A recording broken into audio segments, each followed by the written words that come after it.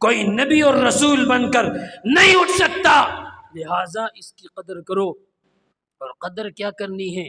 ہمیشہ ہمیشہ کے لیے ان کی نبوت ہوگی، جس مقصد کے لیے آئے ہیں اس مقصد کو پورا کرو۔ آج خوشیاں ہو رہی ہے، حضور کی آمد پر خوشیاں منائی جا رہی ہے، ہونی چاہیے، ہونی چاہیے۔ کئی لوگوں کو میں نے سنا، علماء کہتے ہیں کہ جی یہ نہیں ہونا چاہیے، یہ نہیں ہونا چاہیے۔ ہونی چاہیے خوشی۔ جس نے لائٹ لگا کر خوشی کا اظہار کیا ہے، اچھا کیا ہے، یہ بھی خوشی کا اظہار ہے۔ جس نے جھنڈی لہرا کر خوشی کا اظہار کیا ہے، یہ بھی اچھا ہے، خوشی کا اظہار ہونا چاہیے۔ جس نے مٹھائی تقسیم کر کے خوشی کی ہے، ہونی چاہیے، اچھی بات ہے۔ جس نے نعت پڑھ کر خوشی کا اظہار کیا ہے، اچھی بات ہے، ہونی چاہیے۔ جو تقریر کر کے خوشی مناتا ہے، اچھی بات ہے، خوشی ہونی چاہیے۔ لیکن اتنا ضرور کہوں گا لوگوں، یہ صرف میری اور آپ کی تسکین کے لیے یہ خوشی ہے۔ یہ خوشی ہم صرف اور صرف اپنے آپ کو خوش کرنے کے لیے خوشی کا اظہار کر رہے ہوتے ہیں، اس سے اللہ کے رسول خوش نہیں ہوتے۔ اور میں تو کل پرسوں سے دعائیں مانگ رہا ہوں، اللہ چائنا والوں کو ہدایت نصیب فرمائے۔ مجھے ایک آدمی نے کہا کہ مولانا کیا وجہ، انہوں نے کون سے احسان کیے؟ میں نے کہا انہوں نے بہت بڑا احسان کیا ہے، اتنا بڑا احسان کیا ہے کہ اگر انہوں نے یہ لائٹیں نہ بنائی ہوتی نا تو آج مولانا محمد نبی صاحب کو کیا پتہ ہوتا کہ مولوی عبد الباسط بھی عاشق رسول ہے۔ کیوں بھائی؟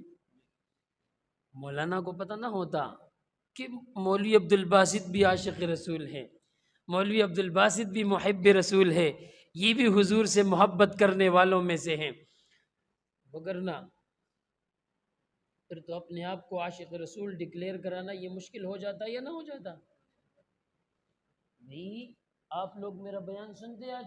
جی کبھی بھی نہ سنتے۔ آپ کہتے بھائی ہمیں کیا پتہ کہ تو عاشق رسول ہے بھی نہیں۔ اس لیے میں نے اپنے گھر کو سجایا ہے، میں نے اپنے گھر پہ لائٹیں لگائی ہے تاکہ دور والوں کو بھی پتہ چلے کہ سنتیں نہیں پڑھتا یہ اپنی جگہ، لیکن ہے تو محب رسول نا۔ اور فجر کی نماز نہیں پڑھتا تو کوئی بات نہیں ہے تو محب رسول نا۔ چلو بیان سن لیتے ہیں۔ اور جماعت کے ساتھ نماز نہیں پڑھتا تو کیا ہو گیا؟ کوئی بات نہیں ہے، اور بھی تو بہت سارے لوگ نہیں پڑھتے، لیکن چلو کم از کم کیک کاٹ کے تقسیم کر تو لیا ہے، محب رسول تو ہے نا۔ کیوں بھائی؟ کیوں بھائی؟ ایسا ہوتا ہے یا نہیں ہوتا؟ تو پھر ہمیں دعا کرنی چاہیے، اللہ چائنا والوں کو اس اچھے کام کی برکت سے اسلام کی توفیق نصیب کر دے، اللہ انہیں ہدایت نصیب کر دے۔ انہوں نے ہمارے لیے نظام آسان کر دیا۔ بھائی یہ خوشیاں ہونی چاہیے، لیکن یہ خوشی اپنے دل کی تسکین کے لیے ہے کہ میں محب ہوں، یہ اپنے آپ کو سرٹیفکیٹ دینا ہے کہ میں عاشق رسول ہوں۔ اس سے اللہ کے رسول خوش، اس سے اللہ کے رسول خوش نہیں ہوتے۔ اگر ہوتے تو حضرت صدیق اکبر کے زمانے میں بھی سارا نظام ہو جاتا۔ چلو لائٹیں نہیں تھی، ایک آدمی مجھے کہنے لگا مولوی صاحب لائٹیں نہیں تھی، میں نے کہا لائٹیں نہیں تھی لیکن دیے اور موم بتیاں تو تھی نا اس وقت روشنی کے لیے جو چلاتے تھے۔ کیوں بھائی؟ روشنی کرنا مقصد ہے نا، مقصود تو صرف دکھانا ہے کہ جی ہم محب رسول ہیں، تو وہ تو ایک موم بتی جلا کر بھی دیوار پہ لگا کے بتایا جا سکتا ہے کہ ہاں جی آج کے دن ابو بکر بھی خوشی منا رہا ہے، آج کے دن عمر بھی خوشی منا رہا ہے، عثمان اور حیدر بھی خوشی منا رہا ہے، معاویہ اور طلحہ بن زبیر اور ابو عبیدہ بن جراح یہ سارے خوشیاں منا رہے ہیں۔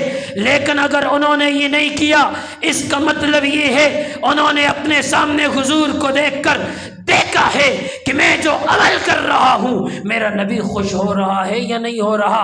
انہیں اپنی خوشی کا غم نہیں تھا، انہیں حضور کی خوشی کا غم تھا۔ میں خوش ہوں کوئی پرواہ نہیں، غمگین ہوں کوئی پرواہ نہیں، لیکن میرے نبی کا چہرہ انور جب سامنے آئے تو اسی پر خوشی کے آثار نظر آنے چاہیے۔ اس کے